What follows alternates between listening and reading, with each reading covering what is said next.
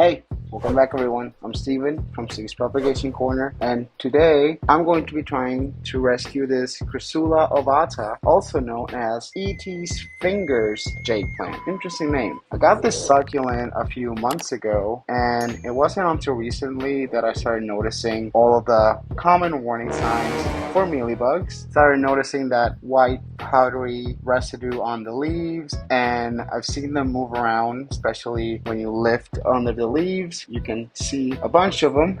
I'm not sure if you guys can see them, but they're definitely there and they're definitely spreading. I've had it in quarantine ever since I noticed the mealybugs, so it would not spread to my other plants. Therefore, that explains my current setup. It's in quarantine. It is a pretty cool succulent, so I would like to bring it back to health. Today, I'm going to be trying some of the most common and simple natural methods that are used to get rid of mealybugs and seeing which one of those work, if any of them actually work.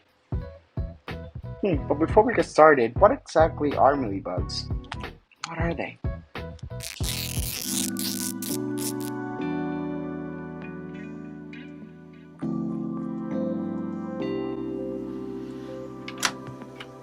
Well, there are hundreds of insect species known collectively as mealybugs, nearly 300 of which are found in North America. They are small, oval, sap-sucking insects, and they secrete a powdery wax substance used as a protective coating. This coating has a white, cottony appearance, making mealybugs easy to identify when they appear on the stems or leaves of your plants. Mealybugs are warm weather insects, so in northern climates they mainly affect indoor houseplants and greenhouses and are rarely seen outdoors. In warmer climates, however, they can pose a serious problem to entire crops. They cause damage by sucking the juice from their host plants, and like many pests, they tend to favor new growth, so they're like little vampire insects.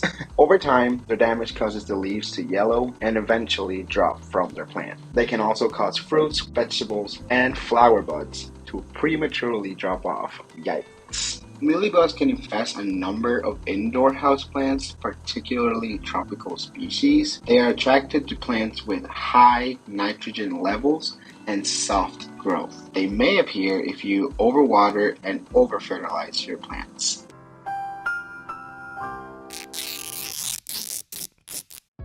Okay, so now that we're familiar with these little bugs, how do we get rid of them?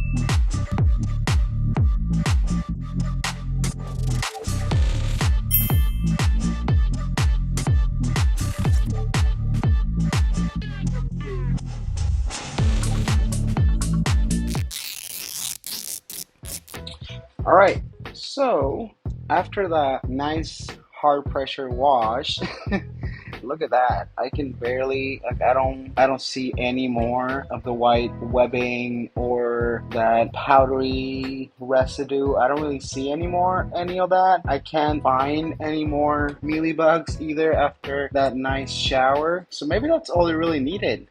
Just a nice, strong stream of water. Thankfully, this plant can handle that. Not all plants can handle a strong stream of water. Washing away mealybugs might not be as easy if that's the case, but in this case, thankfully, succulents are pretty hardy. It seems like just washing them away did the trick. However, of course, I will keep an eye on it for the next couple weeks. If there's any more signs that they are returning or that they're still on the plant, you can use the isopropyl alcohol method.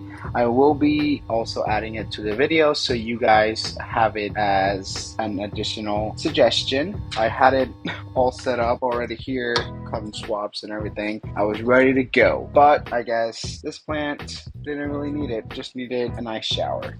But yeah, I'll leave that method for you guys so you guys can also use it and try it out if washing them away does not work for you. And if you guys try it out and it works for you, let me know. So this actually helps for light infections. If you do have a bigger infection that's more overwhelming and has progressed quite severely, there are other methods, more intense, I guess, methods of getting rid of them. Make a little spray, mixing alcohol with water and some Dawn soap. Those are pretty common solutions that people use at home. Some people suggest neem oil. I personally don't really ever use neem oil on my plants, not at all. I'm sure it works for some people. I personally don't have that much experience with neem oil, so I'll leave that up to you if you want to try it. That's another suggestion, another method that I've come across. This plant was lucky that it just had a light infection. Now, if it has progressed to a point where none of these methods are really working out for you, then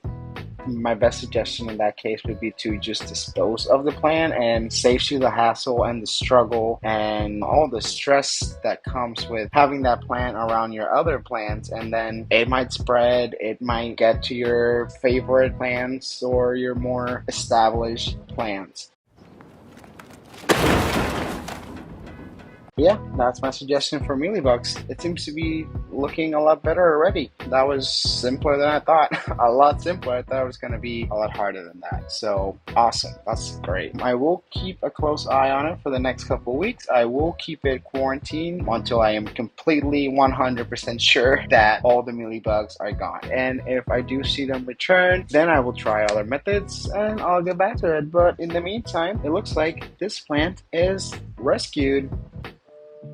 Well, that's all I have for you today, guys. Thank you for joining me. If you're struggling with a mealybug infection, I hope this video was helpful for you. If you have any tips or questions you would like to share, you can leave those down in the comments. And if you like this video, make sure to leave a like. That really helps out a lot. Oh, and what was the other one? Oh, yes. And if you're new to the channel, make sure to hit that subscribe button.